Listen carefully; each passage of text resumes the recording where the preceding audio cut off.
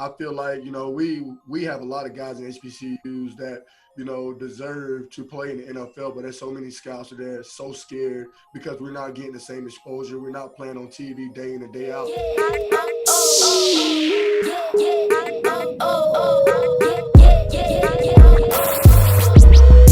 So, Darius, you were a 2018 second round pick.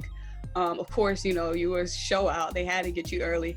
But this past season, this past draft, an HBCU guy wasn't selected until the 7th round.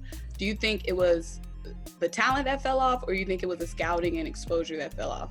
I think scouting and exposure, that's something I'm really big on because, I feel like a lot of scouts are scared to, take that chance of, a big time name, a big time player to come from HBCU because as you seen when I got drafted, so much bad things were saying you don't pick a FCS guy this early. He's the worst draft pick in the draft, and that's something that I really think that scouts really are afraid of.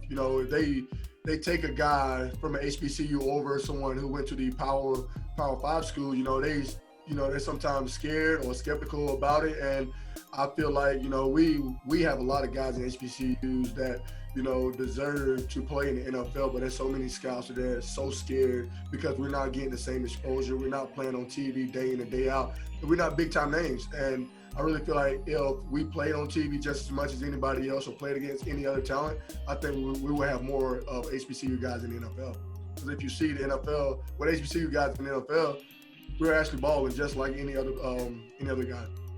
So can you think of anyone that you played with in college, maybe on your team or somebody you matched up with against that you think if they had the correct exposure, they would have been successful in the NFL? I would say this past year I played with Burrows. He was number 1 at South Carolina State as a receiver. And, every game I saw him play, he either had 3 touchdowns, 4 touchdowns, 2 touchdowns. And, he's a big target. And I really felt like if they would have had, with his corona stuff, I really felt like if he would have had the right exposure of, being in front of scouts more and stuff like that, I really think he should have had a shot. And, it sucks, but, we just got to find a way to get more exposures. I saw that they said they were doing HBCU Pro Day, so I'm definitely looking forward to that. Okay, so you talked about how when these guys, when they do, go to HBCUs, you guys show out in the NFL, and you have a fellow guy in your linebacker room of Robert Mathis, who's a Black college football Hall of Famer, possible NFL Hall of Famer. Do you guys ever chop it up, MEAC versus swag? Do you ever guys talk trash or, talk your HBCU football? We definitely talk trash because, the MEAC is the best football ever. And, we always talk about the swag. I'm not going to lie, the swag is whack. That's what I'm going to say. And, we had Chester Rogers here. He was playing at Grambling.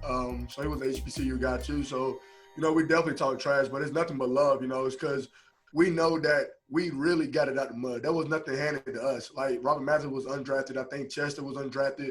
And you see exactly what they're doing. So, we have a bond because we know what it really takes. We don't have the silver spoon. We didn't have the spotlight and this and that. So everything we had to do, we got it straight out the mud, and we know that we're going to grind. That's why you see a lot of undrafted guys or HBCU guys make the team better than, the other power school guys because we know what it's got to take. We know that we got to get it out the mud. We're not going to, say it's practice. No, we're going to go full speed no matter what because we're trying to find a job. We're trying to show you that just because you went to a Power 5 school doesn't mean that you're better than me.